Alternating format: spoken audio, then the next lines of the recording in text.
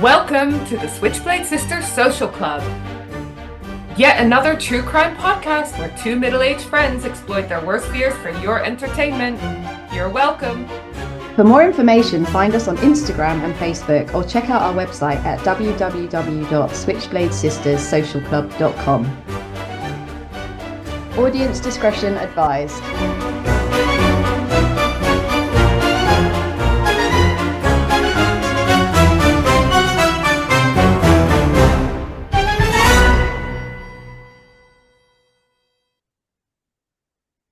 Hi, this is Dee, and I'm here with Emma.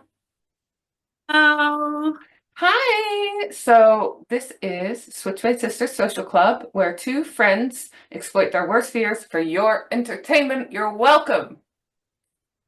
so welcome. So very welcome.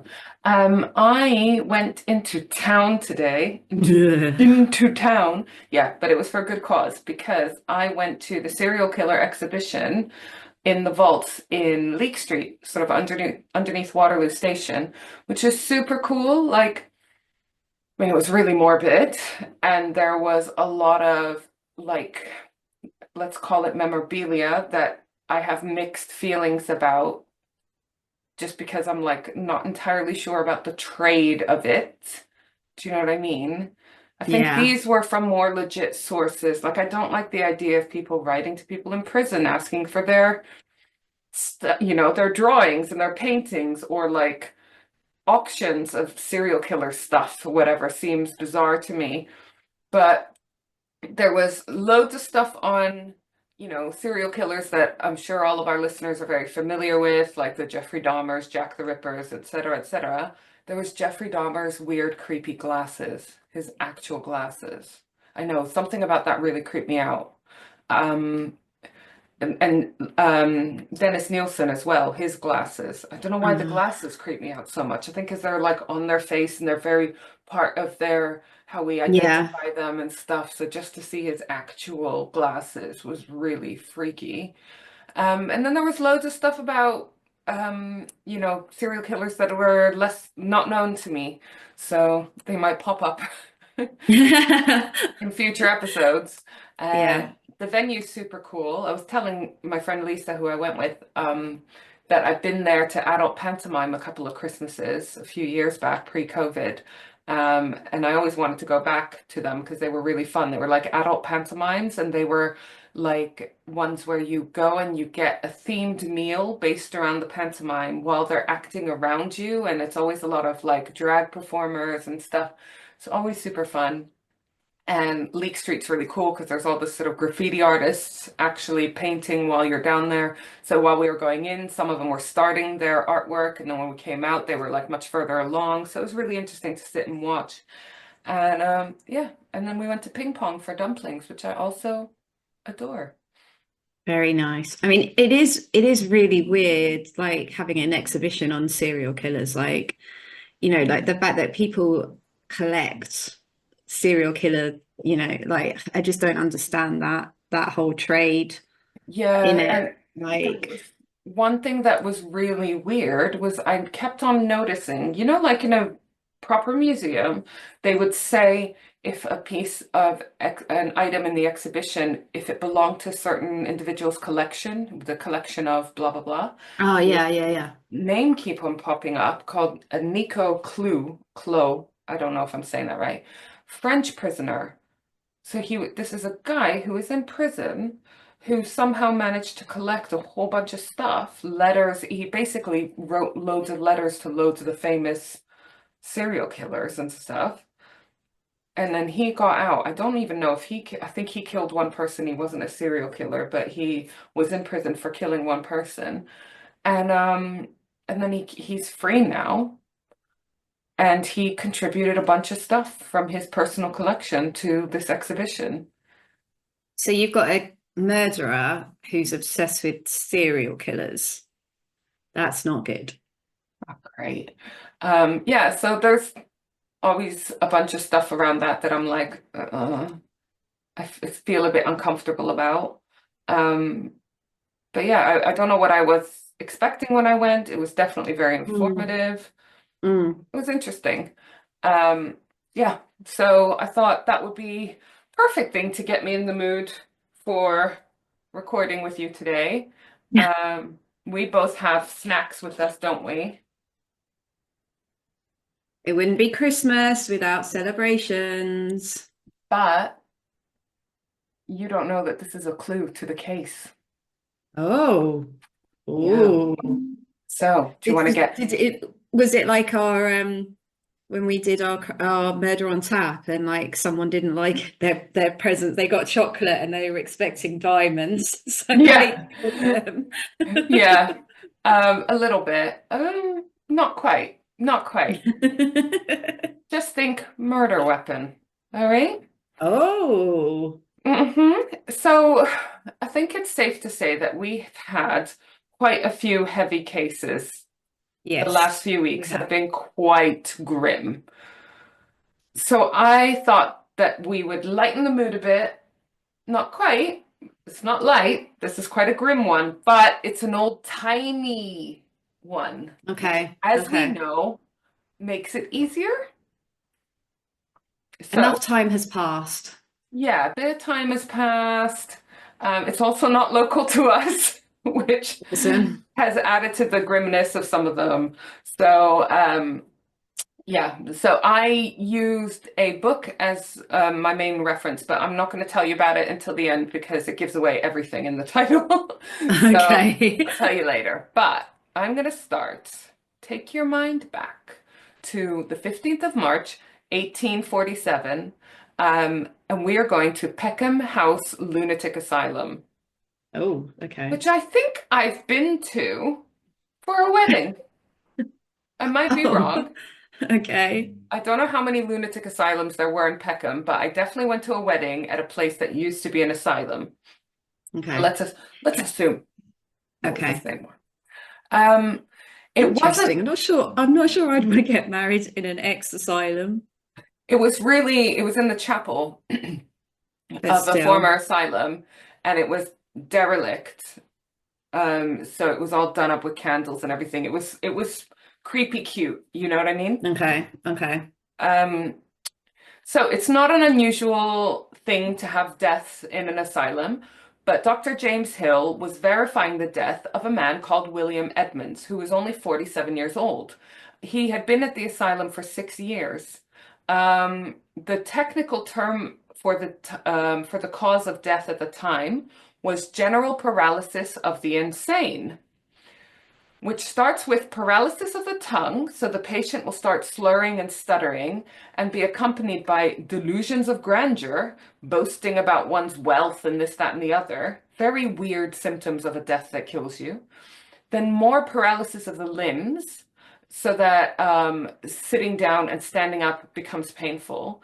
Then you have like continual mental deterioration, and then eventually you just need constant care. You're just not able to look after yourself. At the time, there was no cure, and life expectancy from the start of these symptoms ranged from 8 months to 3 years. 20% of asylum admissions from this disease, so 20% of people in asylums were admitted for this disease, which is weird because we've never heard of it. But that's No. because 10 years after the death of William, it was identified as syphilis. Ah, that makes more sense. Right. So I have described the symptoms of syphilis, and untreated, it will cause mental deterioration as well as loads of physical issues. I didn't know about the delusions of grandeur. That's bizarre. No. And then eventually death. So here's a quote from the book, which I will put in the show notes and tell you what it is later. Long after William's demise, the implications of this revelation would come to define the Edmunds family and expose a legacy of lunacy, tragedy, and murder. Ready? Ready. Okay. Okay, let's go. William Edmunds was from Margate in Kent.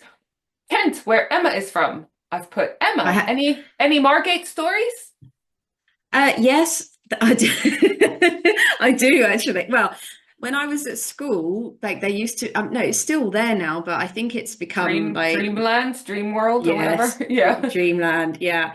And when I went there when I was a kid, like it literally was so like ramshackled, all the rides you felt like you were going to die on, and you know, and all of that type of stuff. And but as a kid we just thought it was the best thing ever.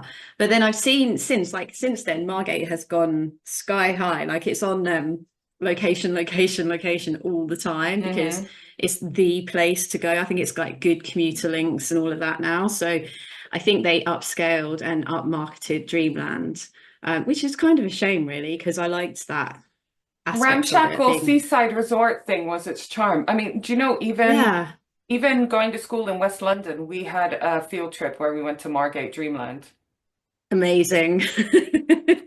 Yeah, bizarre, but yeah, it was definitely rickety, let's say.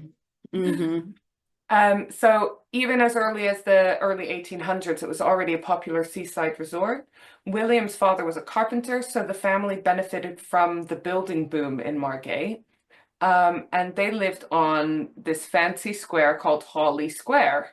I'm going to show you a picture.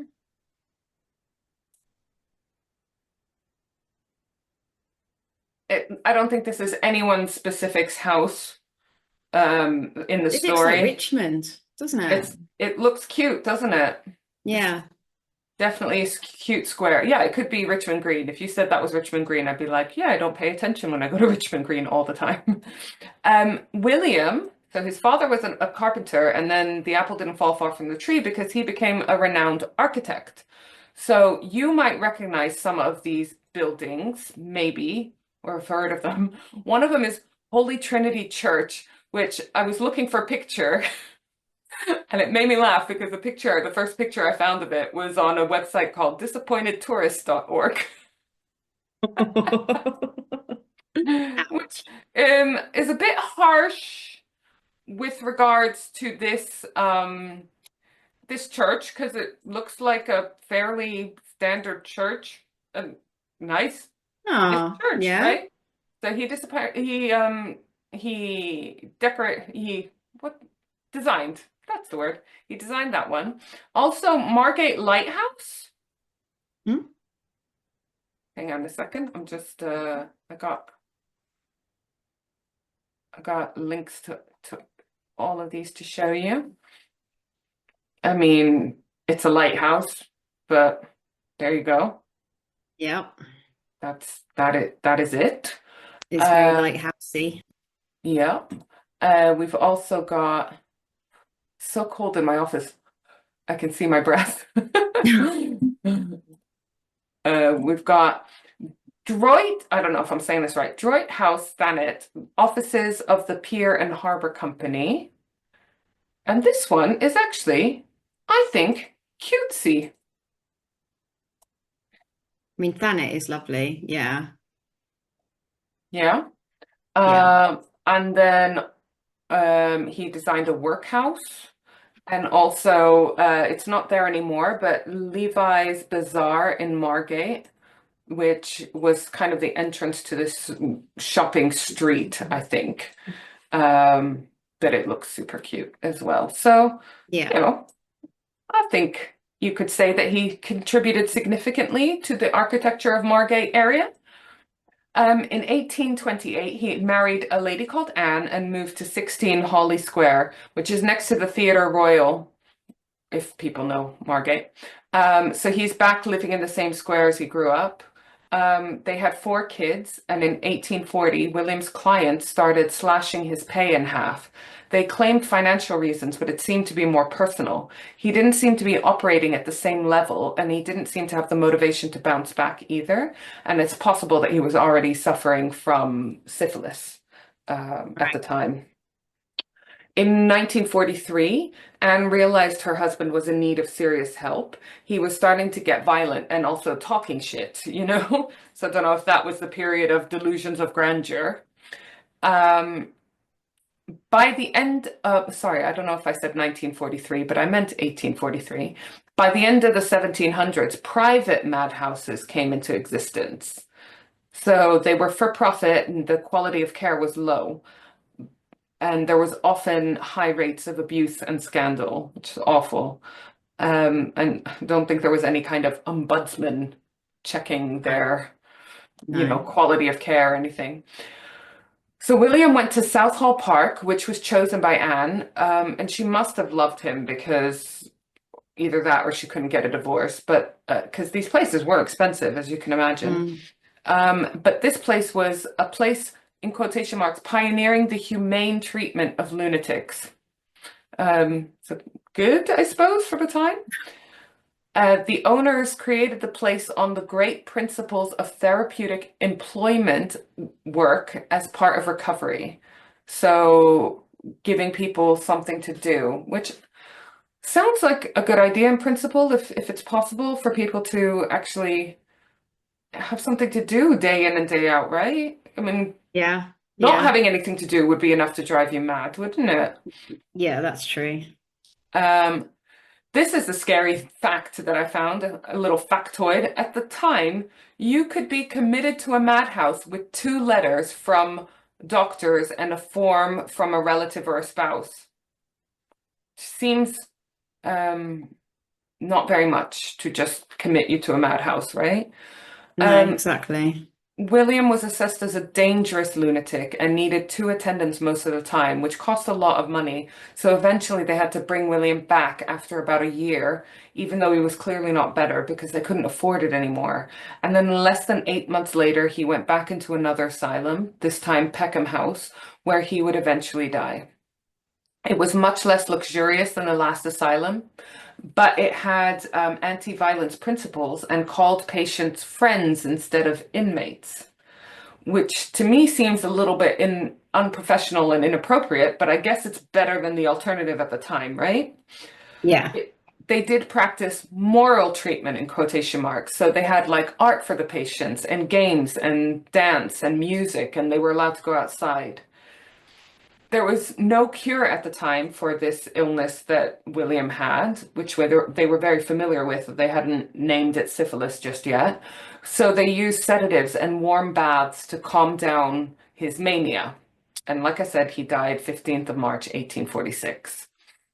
The family faced stigma as because it was still unknown what the cause of syphilis was, and it was thought to be a result of poverty, financial issues, weak moral character, menstruation, I presume if you're a woman, or masturbation, or alcoholism. We Oh know now, God. obviously, it's a sexually contracted infection. It was also understood that it was in some capacity inherited, which is true. You can pass it on from um, onto your kids. I want to say, and correct me if I'm wrong, but that it's more common via the female, during Mm. childbirth. So William's kids, now of marriageable age, face social stigma. They are now going to find it difficult to find a partner if their dad has died from this illness. So when William died, Anne sold everything and moved to get a fresh start. She received an annual allowance until she was to remarry. So she wasn't like poor, poor. They moved to Canterbury. Emma, tell us Canterbury tales. I don't know Canterbury that well, to be honest. I think I've been there once. I had a friend that lived there. But yeah, it's pretty. It's nice. I mean, it's nicer than Margate. It's not on the sea, but Yeah. Do you it's see what I did nice. there? Canterbury tales. Yeah, I liked it. Thank you. So by now, one of the daughters, Christiana, was having bouts of hysteria and had been taken to London doctor in 1853. She even got partly paralyzed down one side because of the hysteria, which I'm guessing was some kind of Bell's palsy, when you get Mm. like paralyzed and it comes back eventually. What was the cure at the time for hysteria? Menstruation, which is weird because I'm pretty sure that they would call that a cause of hysteria, but I was literally going to say, I think I'm most hysterical when I'm on my period, but what yes. do I know? Another little factoid that shocked me, I learned a lot about Victorian healthcare. in massive air quotes. Yes. So in Victorian Britain, you know, we think of like Victorian Britain as being quite prudish. Mm. Sexual massage for women was a thing. It was a treatment for a lot of ailments. And it was Okay. so popular that it used to wear out the doctors. And this actually led to the invention of the vibrator, not as a sex toy, but as a labor-saving device for genital massage therapy that doctors used to employ. So basically like sexual massage is just making them come. Yes. I And to bet it was save very time, popular. yeah, I know. But to save time and the doctor's energy and whatnot, that led to the invention of the vibrator. They're like, of course, it makes sense. How do we make a man's life easier? Let's invent a vibrator for women. But, you know, I mean, I thank them. thank you, Victorian Britain. Yeah. Several of Christiana's siblings also had hysteria and depression or epilepsy, or were just, let's say, weird. Um, what do we think Victorian Britain thought was the cause of epilepsy? Too much masturbation. So you Which one go for is it? healing. Yeah, you go for healing for the sexual massage, or And then and you then get that epilepsy. yeah. I mean, bless them. They're trying to find out things. They've just not But figured it out. wasn't it Victorian times when they used to put lead on their face? Like women used to put the Yeah. white powder and it had lead in it. Yeah, and I think at one point, it might have been earlier than Victorian times, they were using like mercury on their face as well, and arsenic and all kinds of Yeah, stuff. Yeah. yeah. I mean, there's probably loads of stuff we do now that like in 100 years, Oh, they're going to be like, can you believe they used yeah. to? Vaping. I 100% think that that's gonna happen in well, Yeah. probably less than 100 I years. mean, those are things that like smoking and vaping, we know it's bad. But there's Yeah, but probably a whole vaping's bunch. supposed to be like, but Yeah. really and truly, I mean, I know probably a lot of our listeners vape, but you don't know Oh, what's in that shit. At least in a cigarette, I know it's a fucking cancer stick. Do you know what I mean? yeah. Like, I know, it's but always a risk, I do isn't it? have Because we don't know the long-term effects of vaping yet. exactly. But I do have an interesting fact for you. Tell Factoid. me, is it about sexual massage? No, it is not. But it is about arsenic. Okay, go. We love arsenic So, facts. so I don't know how many people know this, but um, so this isn't what people do or do not know, but my mother, who has just started listening to the podcast, I know. Hello, Emma's mother. Hello, Hi, Harry. Mum, who did tell me that I swear too much. Sorry, Mum. She used to work for the people who owned Pepsi and 7-Up many moons ago. And I didn't realize this, but they also owned like, oh, traitor. I actually don't like Pepsi. Like No. 7-Up, don't like Pepsi. Yeah. But they also used to own loads of like food brands as well. And she told me like 25 years ago not to eat fat-free stuff, and like that margarine was only one step up from plastic and all of this. But the thing that she like really like struck a chord with me is she said to me, do you know what they use to make chewing gum chewy? Like how it remains chewy? It's arsenic. To this day, Yeah. it Obviously can't. it's such small doses that it's not going to poison anybody, but still. Who knew? I know, right? Bonkers. Oh my God. Yeah. Thanks for that little tip. You're welcome. Ooh. So back to too much masturbation. So it's thought now that William, the father of these 4 kids, contracted syphilis before his marriage and had kids during the latent stages and then reactivated. It reactivated and became contagious again, which is why the couple were plagued with a bunch of miscarriages, stillbirths, and kids who died in infancy. So I guess I was just going to ask, do you know if like your mum has syphilis as a child? I know like the kids have it, but does she actually have to have it to like pass it on to you, or can it be dormant, or do we know? Um, Can syphilis? I'm checking if syphilis can be passed down by the father. Can syphilis be passed down by the father? But then But I'm how would it just be passed down by the father? in the So I okay, mean, it's so still when presumably Anne got syphilis from her husband, mm, but she must have had a more dormant, less right, okay, um but it's passed on by the mother yeah, during pregnancy. So okay. and maybe this isn't the reason why the kids why they struggled with these stillbirths and miscarriages and why the kids had issues, the ones that survived later on in life, but it would explain a lot. Um, at one point, it was Anne, the mum, and Christiana at home alone. The other siblings were married, and one brother was in an asylum for epilepsy. In 1867, sister Louisa dropped dead outside her house. The cause of death?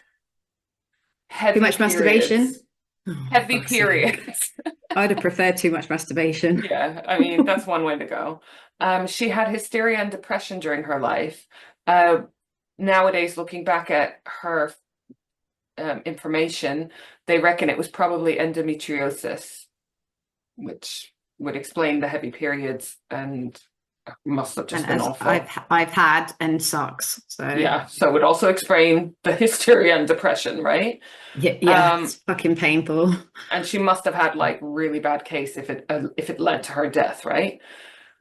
Around this time, Arthur, brother, died in asylum as well, in an asylum. So there's loads of sadness around this family, right? They are definitely unfortunate in so many ways. Um, Anne and Christiana, they decided they wanted a fresh start, so they moved to Brighton, which was one of the most fashionable seaside resorts, partly because it's so easily accessible, even at the time, from London. By 1860, there was 250,000 people visiting Brighton a year, which at the time only had 77,000 residents. So Wow. huge. Today, there are 278,000 residents in Brighton. So Brighton itself has obviously grown drastically in the last 100 years. It was just another Victorian healthcare treatment was to take the sea air. It was thought to be very good. And there is a lot in that a holiday is a great idea. Fresh air out of the very polluted London air was Yeah, probably very yeah. helpful for anyone who was ill. So they rented rooms at 15 Marlborough Place near the Royal Pavilion, and also very close to the sea. They met Dr. Beard, and he would become Christiana's doctor and friend, which for me is red flag number one, especially when Hmm. you've got someone who's got mental health issues. I'm not friends with my counselor. We would be friends if we met in a different context, I like to think. Huh. Yes. But she's not my friend. I'm very aware of that. So again, it's just risky. He diagnosed Christiana with neuralgia,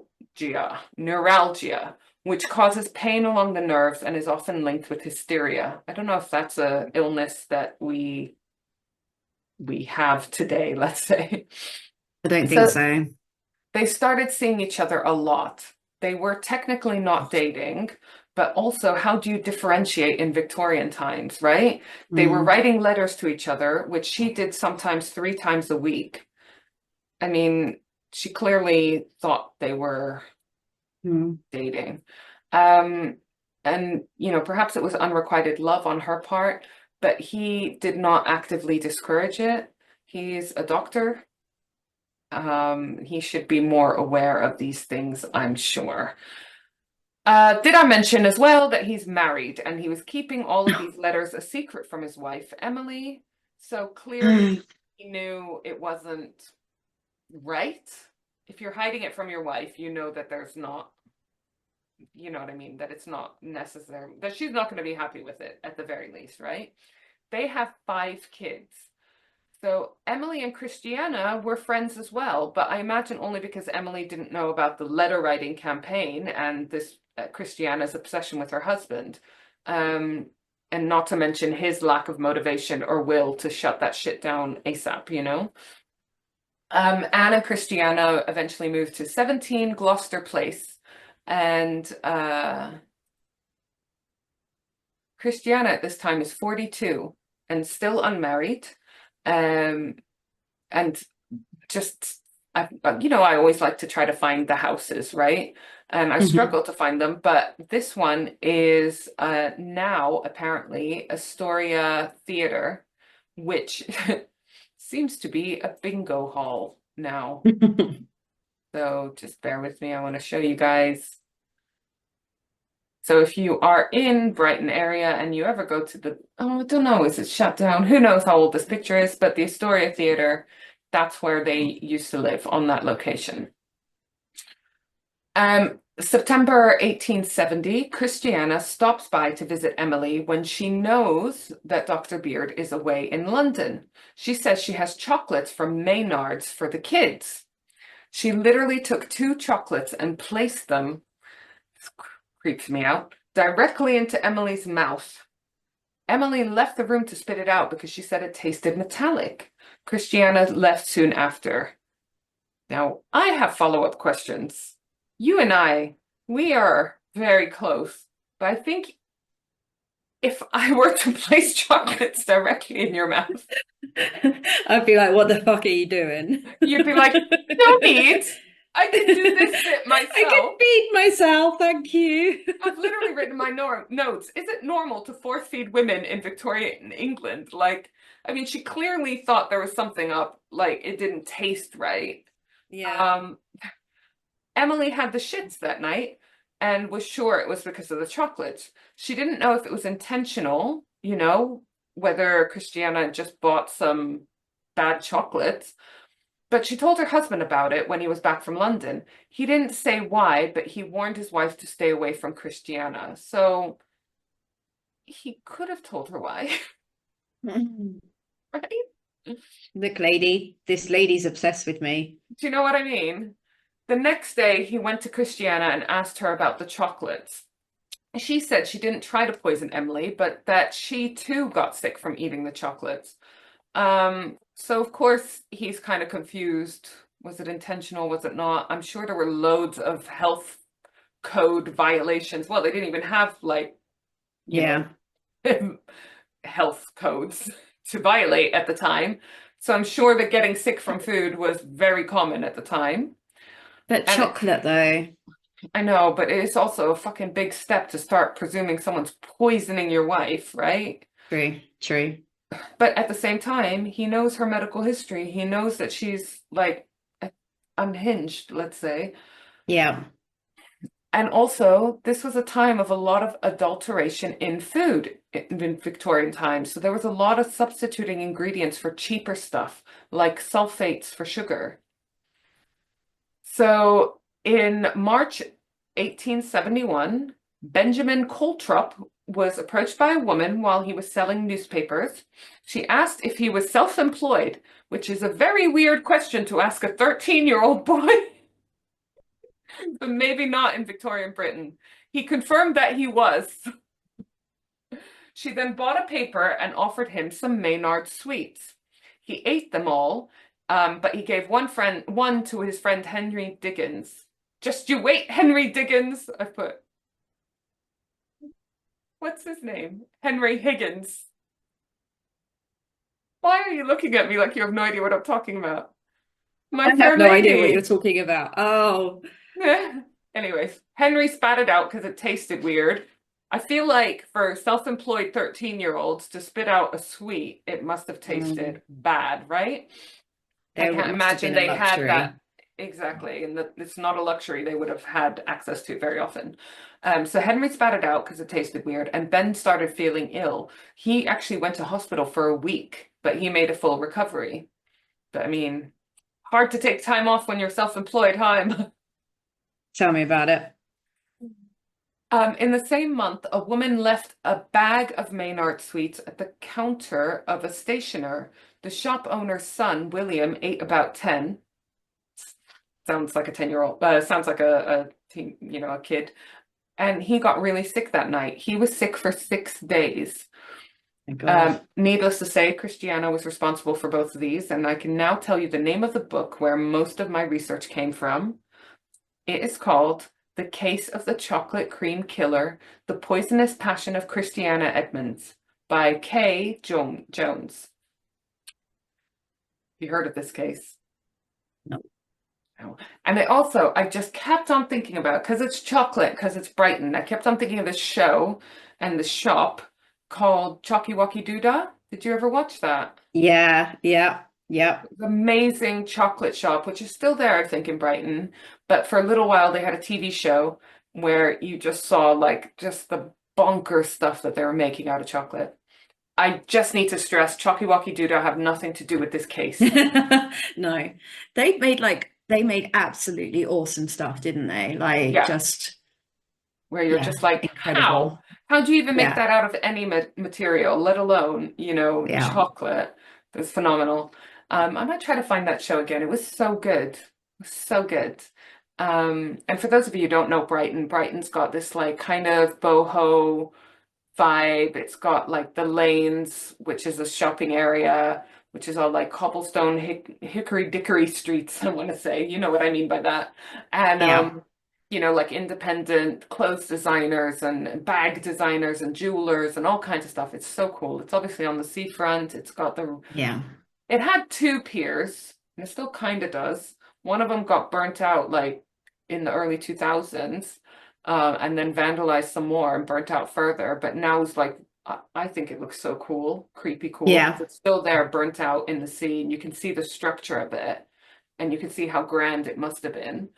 And then they have the Brighton Pier, which is, cheesy seaside pier with arcades and Arcades. games. Yeah, super fun.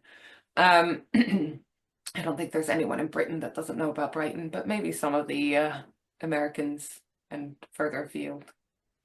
So, 45% of deliberate poisonings between 1750 and 1914 were done using arsenic because it is tasteless, odorless, and colorless, and cheap.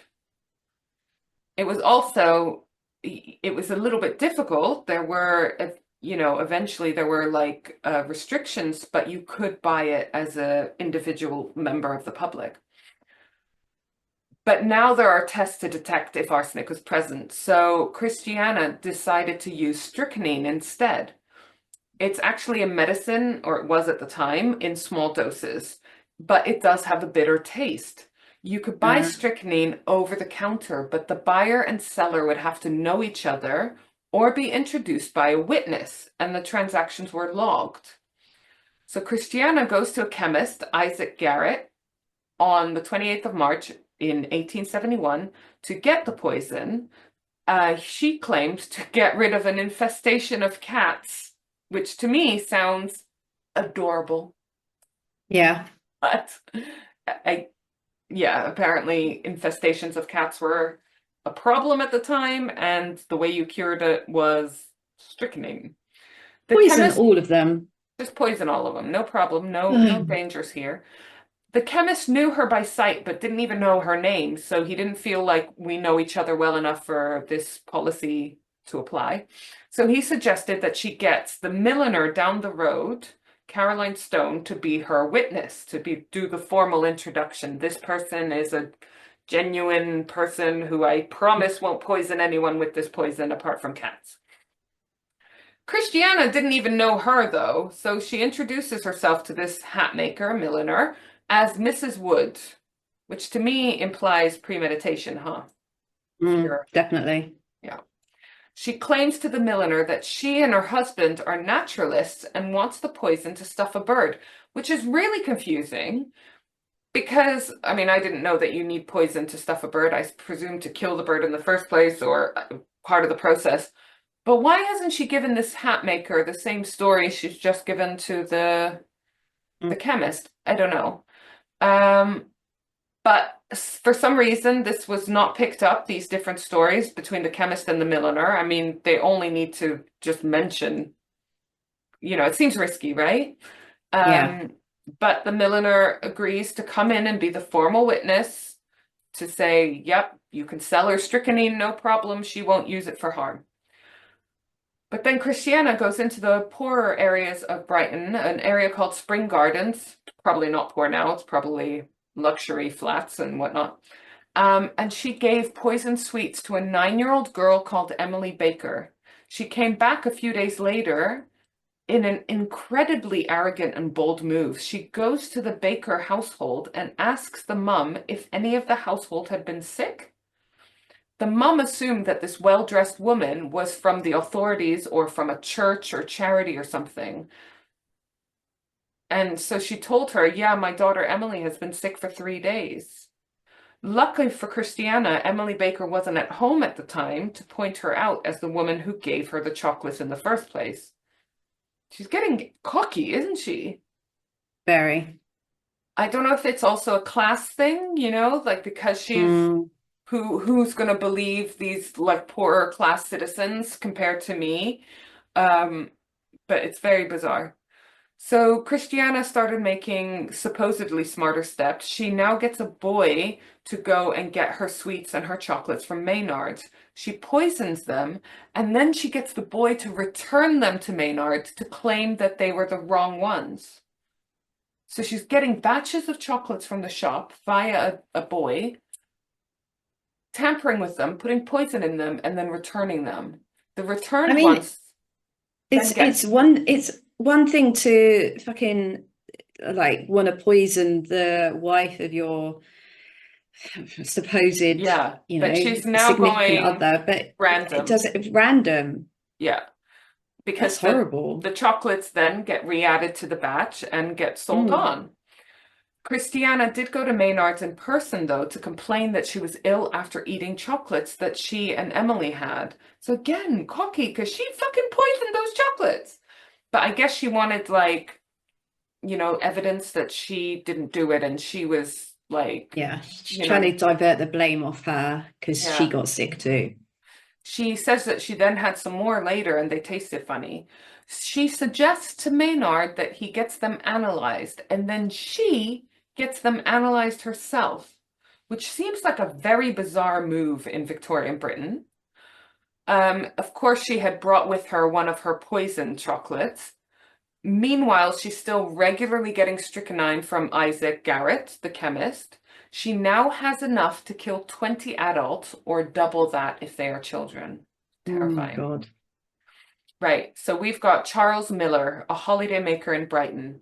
He goes to Maynard's to buy some chocolate creams. I think that Maynard's was quite a staple at the time, which might be why she picked them, like popular chocolate place. These were some of the poison ones that had been returned by Christiana's errand boy. He brought them back to his lodgings, which is a word I love. And then he shared them with his 4-year-old nephew, Sydney, and his brother. Mm. The landlady of, the woman that had rented them those rooms for their holiday saw that they were getting unwell and she called a doctor. The doctor didn't know why they were ill, but said that they would be better soon and it wasn't the chocolate. So they all continued eating the chocolates. Sydney, age 4, passed away, which is really Mm. sad. I think the 2 adults survived because obviously they would have needed more chocolates, Yeah. more poison to finish them off. And not all of these chocolates would have been poisoned. It would have been like unlucky dip. I was going to say lucky dip, but the opposite. So we've got William Gibb, police inspector, who comes in and investigates, and he suspects poisoning and confirms that it's strychnine poisoning. He assesses some of the chocolates and they are found to contain strychnine. Christiana, in the meantime, is still going around poisoning everyone. She left a bag of poisoned sweets at Cole Grocery. Mrs. Cole ate some, as did her daughter, but her daughter spat them out because she said it tasted bitter. So you gotta love children, don't you? Not fucking eating that. One of Cole's clients ate one and got ill immediately, but also recovered. So you get the impression that she's like experimenting, isn't she, with these chocolates? Maybe the Um, dosage, maybe yeah, like, exactly. because So, so far not many people have died, which is obviously a good thing. yeah. But this is a weird twist. So Sydney, the baby, well, the 4-year-old child who died, Christiana was actually invited to the inquest because she was known to have done some chemical testing on the chocolates from Maynard. She even went to Dr. Beard to say, look, I told you Maynards were bad and I'm not the poisoner, which is a weird thing to have to prove to a Mm. friend.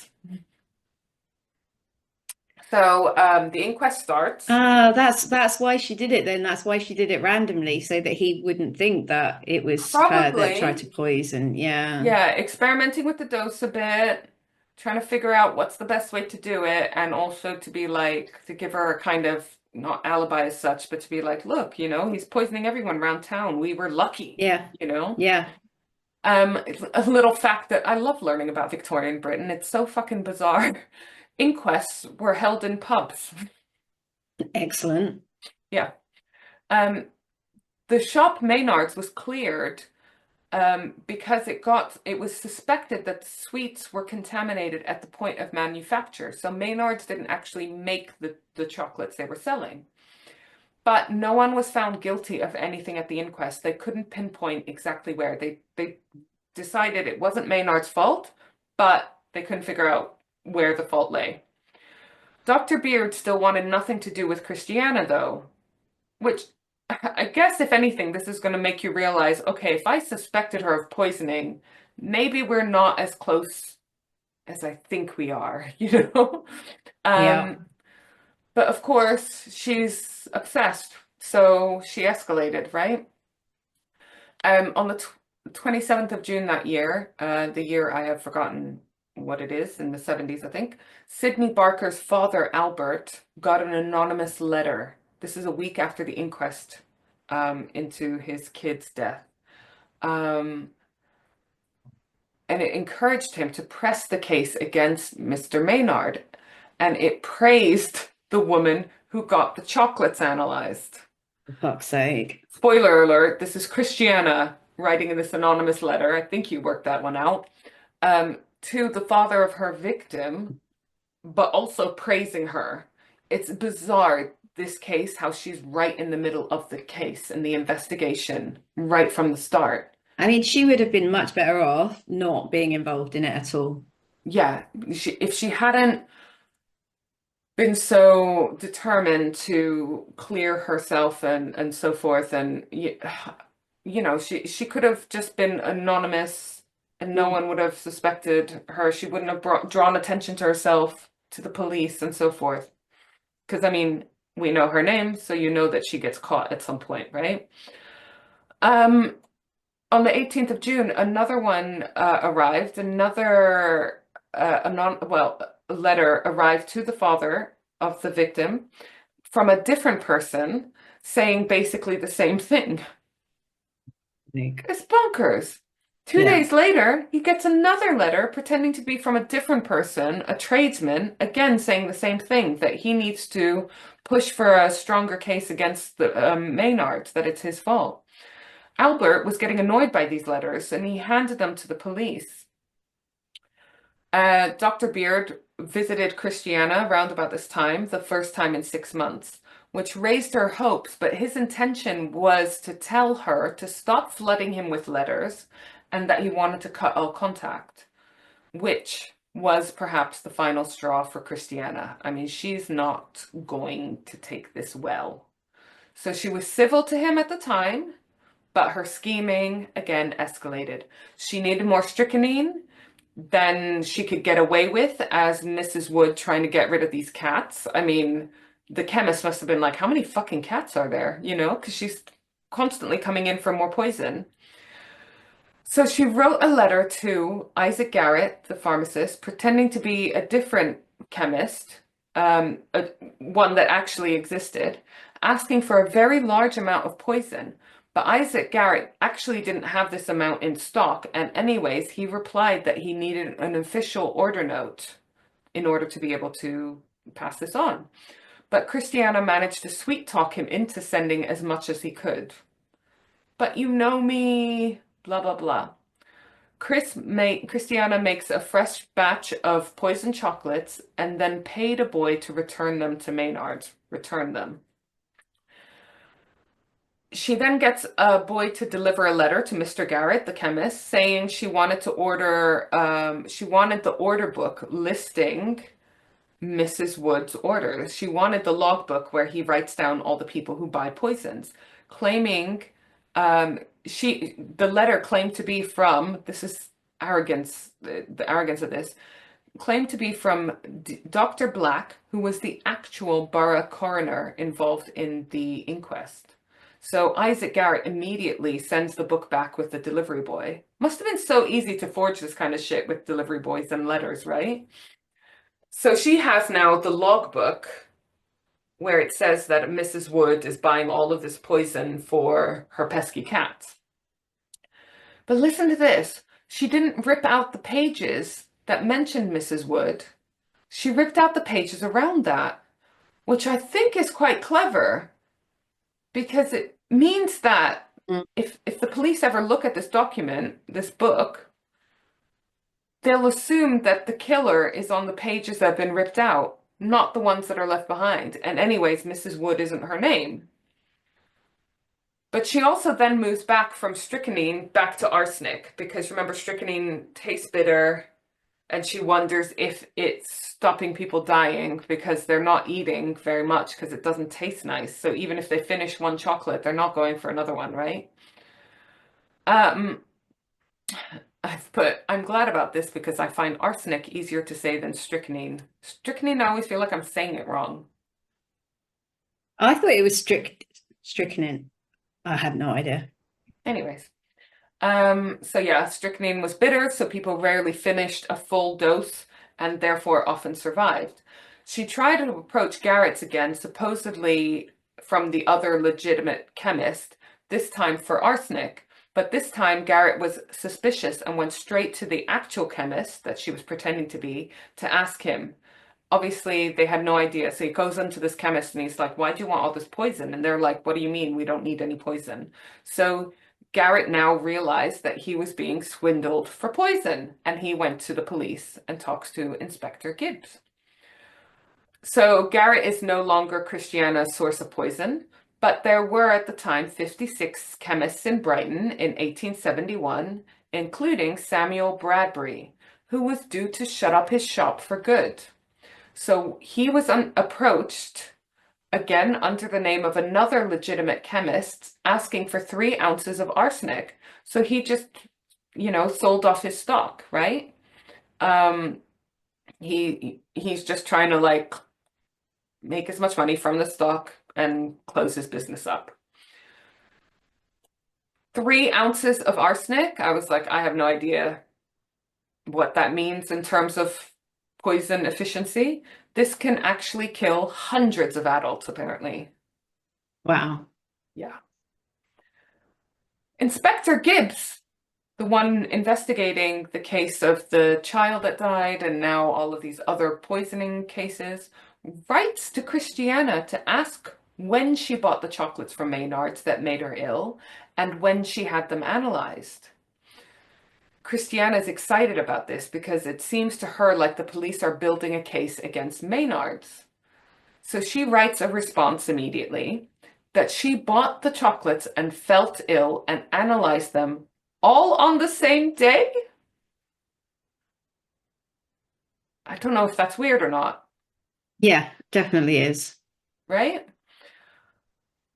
In reality, Inspector Gibbs was actually starting to suspect her. So he wanted a letter from her to compare her handwriting with some of the notes that had arrived with the poison chocolates, because she'd been sending poison chocolates here and there and everywhere as well, and also the letters to Sydney's dad. Interesting, isn't it? Totally. Yeah. It's bizarre because she's right in the middle of the case right from the start. In August of that year, Christiana goes to Margate, supposedly to visit her old home. Her mum, Anne, is increasingly worried about her state of mind, and the housekeeper, Charlotte, was suspicious of her because she knew that Christiana was experimenting with weird powders and chocolates in the kitchen. She actually saved some of this powder, which she gave to Inspector Gibbs later on. Oh my God. In Margate, Christiana was actually not visiting friends and family graves, but being an evil poisoner. She rented accommodation. The maid there, the maid, Adelaide the maid, snooped and found that Christiana had arrived with just a box of sweets and that it was an empty box. Um, and that she then went back to Brighton without these. Again in August, a parcel is delivered from London to Emily Beard.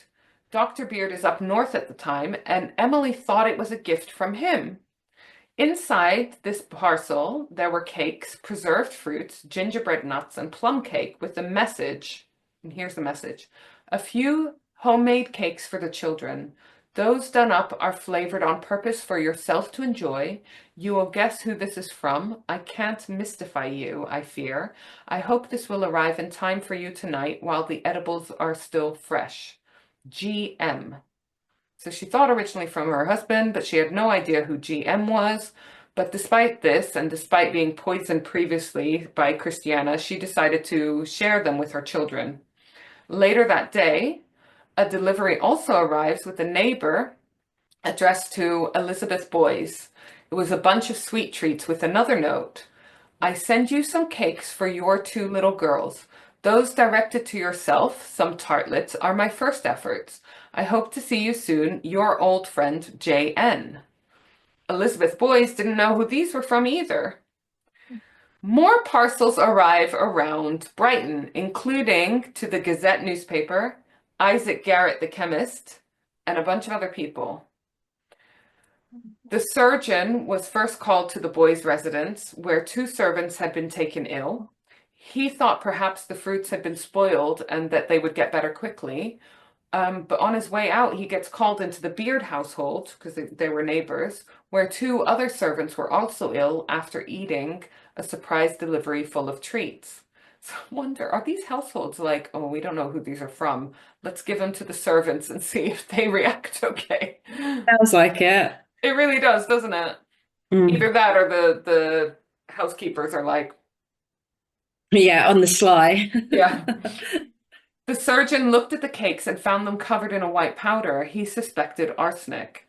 He got the cakes from the other household too and went to the hospital to get them examined and found that they had enough arsenic to kill several adults. So he goes to Inspector Gibbs at the police station.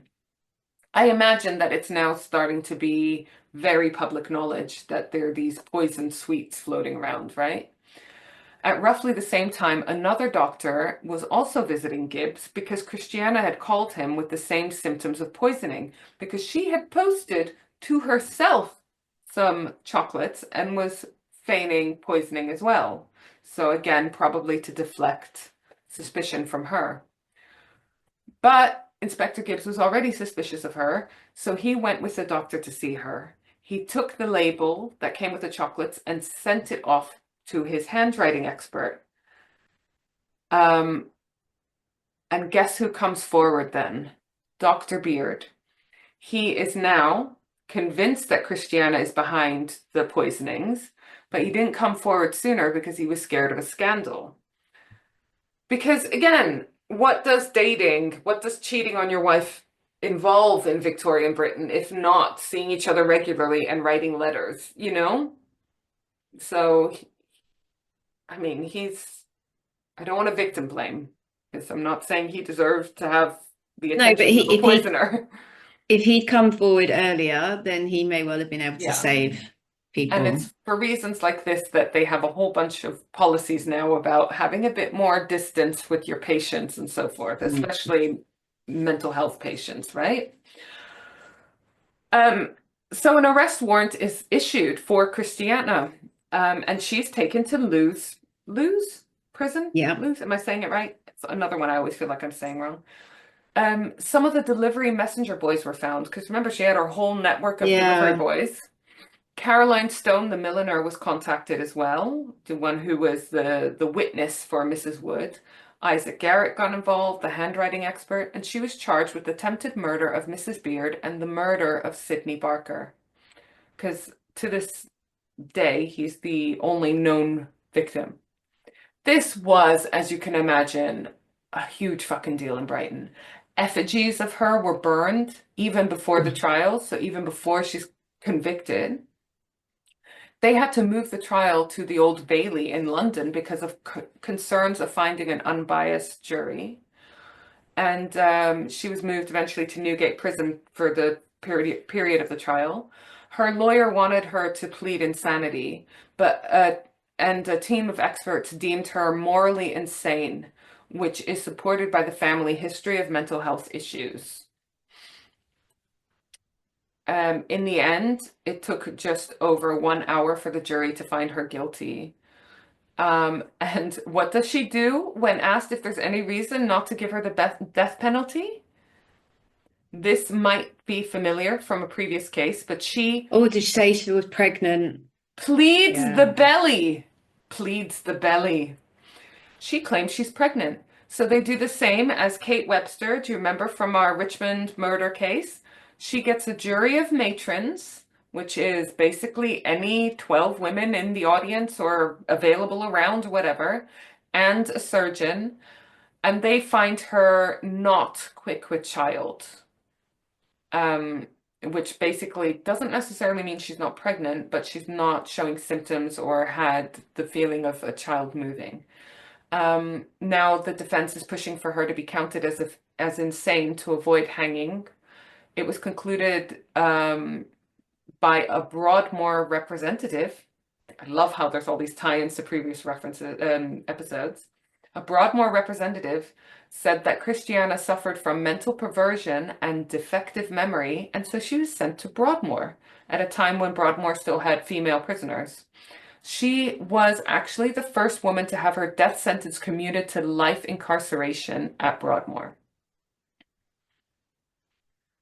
Brighton town, the whole town was indignant, and the Home Secretary commuted her sentence. The Home Secretary who commuted her sentence to life sentence wanted Brighton to pay for her stay at Broadmoor, even though her own family said they would cover it. And remember in that episode, we talked about how each Broadmoor prisoner, even in Victorian times, cost a lot, obviously, to keep Yeah. someone Yeah. incarcerated. While Christiana was in Broadmoor, she actually got obsessed with another target, Oh Reverend my God. Henry Cole, whom she sent letters to deceptively, even though she was not allowed to write letters. So she clearly was a manipulative personality, and she's clearly managed to get someone on board with delivering her letters. She died in 1907, 30 years after being incarcerated in Broadmoor. She spent 30 years at Broadmoor. In 2013, there's an update. Oh, okay. Over 100 years after she died, a former Broadmoor psychology professor, Tony Madden, diagnosed her posthumously as having narcissistic personality disorder. I could have done that, but I have no And qualifications. so I'm sorry, but why are we wasting money doing that? Like, I mean, how did I don't know whether it was paid by the state or whatever, or just his own little private hobby, but I mean, she may or may not have had syphilis. Unlikely if she spent 30 years at Broadmoor. I don't know. yeah, But she definitely had something going on there. And the yeah. arrogance involved in like putting herself right in the middle of the investigation and stuff. Narcissistic personality disorder definitely rings true. What happened to Dr. Beard? He got admitted into asylum himself because he thought people were after him. I mean, not. I mean, I kind of need to feel sorry for him, but I just don't. Like, I mean, yeah, dude. he definitely crossed some boundaries, which led to this case even happening. He did genuinely have someone after him, so I'm not surprised that it fucked him up. But yeah, bizarre Do we know case, if isn't his it? marriage survived? Well, divorce wasn't super common, was it? So, No, true. and they had 5 kids. So I presume it did, like, because it just was a Victorian marriage. But Yeah, yeah. yeah, so there you go. What do you think of that case? That was really interesting. Like batshit crazy, but really interesting. I'm going to make a reel just specifically of Victorian healthcare ideas, thoughts, beliefs. I also love the fact that my arsenic story was so relevant. Yeah. And also that we had appropriate snacks for our podcast. I mean, I wondered if like it's weird that I had a real craving for these as you were telling me about it. It's just like, Same. Same. Um, so also this comes on one of the days, because I've done this multiple times, where I have made an appeal to the public to apply to date us. I've I mean, added some it's so extra tragic. questions to It's so the, tragic. yeah, it really is. Why does no one want to date us? Well, we did But get that comment, didn't we, around our bar being too high. yeah, that was from Gray, bless I him, didn't, who I didn't, I didn't think we'd set a bar though. I thought Am I our wrong? bar was far too low. Oh, well, we have been Pretty much. grading and we Yeah. have given some tens. But I mean, to be honest, I feel like we're generous. Like the minute you apply to date us, we already love you. Do you know what I mean? Please Um, date us. Please but date we us. do have, and we're also very happy to receive advice. Give us advice. We do have some advice Yes. from Jessie here, from Jessie Hoff, and this one is amazing because um he's Lazy J on Instagram. You might have seen him like Mhm. liking and commenting on our posts. Thank you so much. He says, Jessie here. I used to work with your sister at Chandler's Guitars way back when, which is literally over 20 years ago. And apparently I met him at her wedding, but he doesn't blame me if I don't remember him because Oh, everyone was drunk at the wedding. He wants to say that he thinks our podcast is awesome, and you asked for a male perspective on relationship advice, and it's simple, really. And I'm sure you already know this. If it's good advice, we probably do know it and just ignore it outright. Stay off those dating sites. Instead, go out, go to the pub, go to the store, theater, art gallery, concerts, talks, whatever, and really be there. Smile and talk to literally anyone, male, female, etc., and just make lighthearted conversation. So probably not serial killer facts. And be your awesome no. self. Be curious, let people see you. You rock. And if they don't think you rock, fuck them. They're not the Love, right people for you. I think love. that's my simple 2 cents. Oh, I love it. I mean, I would say that's really good advice, even if you're not looking to date, right? Go out, be you, and build a community of interesting people around you. Everything else will happen naturally. Oh, No. oh, he says, by the way, the Chandler's Workshop crew still get together for those curry evenings from time to time. You should join us sometime. Here's to happy, Oh, healthy, hopefully peaceful New Year. Stay groovy. Jesse, love you. love it. Love you. Lazy J, we adore you. Thank you so much. And we will definitely gate crash a Chandler's Workshop curry. That Hell was in yeah. Kew, so hopefully it's fairly local. Yeah, I'm there. Oh, thank you. I'm going to contact him and be like, when's the next one? Although it does say And also, I do he totally agree with him around dating. As we know, we've talked about on our podcast before, online dating sucks. it's like a full-time job. You have to It's filter just through so so shit. much. Neither of us can be asked with that. So And yeah. it's like so many people I talk to are like, oh, I did online dating like 5, 6 years ago. I was like, I didn't.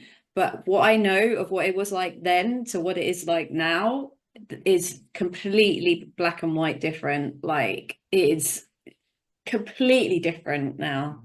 It's And it just was bad then. yeah. Mm, no. No, No. no. So, Jesse, I love your advice, not just Yes. for meeting um, a potential partner, but what a great way to make friends, open up opportunities in all kinds of fields, like work, Yep. all kinds of stuff. That was amazing. I love that. Go and do Basically things. network. No, Network. Well, think of what you like doing and what you would like to have friends or a partner that also likes doing, and go to those places. Where do they hang out? Put yourself there, talk to people, and just be open and curious. I love that. I mean, at the very least, you're going to get fucking stories out of it. So, yes, Jessie. And yes to Agreed. curry. Curry night. All right, so on that note, people give us advice. Maybe like stop begging online for people to date you would be. I know that does just feel so tragic. It does. We might have to change the we won't do this for more than one season, I don't think. Next No, it's too season, soul destroying. yeah. Oh, well, other advice that you can give us is other ways to end the episode Yes. to lighten the mood. We'll happily take that. Maybe a joke. Maybe people submit us their favorite jokes, but then we've got a minefield, don't we? I've got a good joke. Go on. What's green and goes up and down? Don't know. A pea in a lift.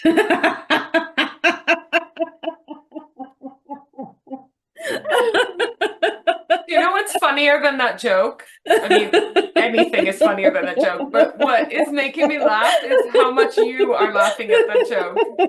That you told It's yourself. fucking hilarious. Oh, she's gone. She's gone. The best joke ever. In a lift. Yeah. Well, maybe I should make it more festive at the moment and make A it a Brussels sprouting sprout, on it. yeah. Yeah. Christmas themed. All right, well, on that note, let's go do things that are not podcasting. Sexy Let's. listeners, We love you. You're so sexy. And we'll be back next week. Love you. Bye. Love you. Bye. Bye. Bye. Bye.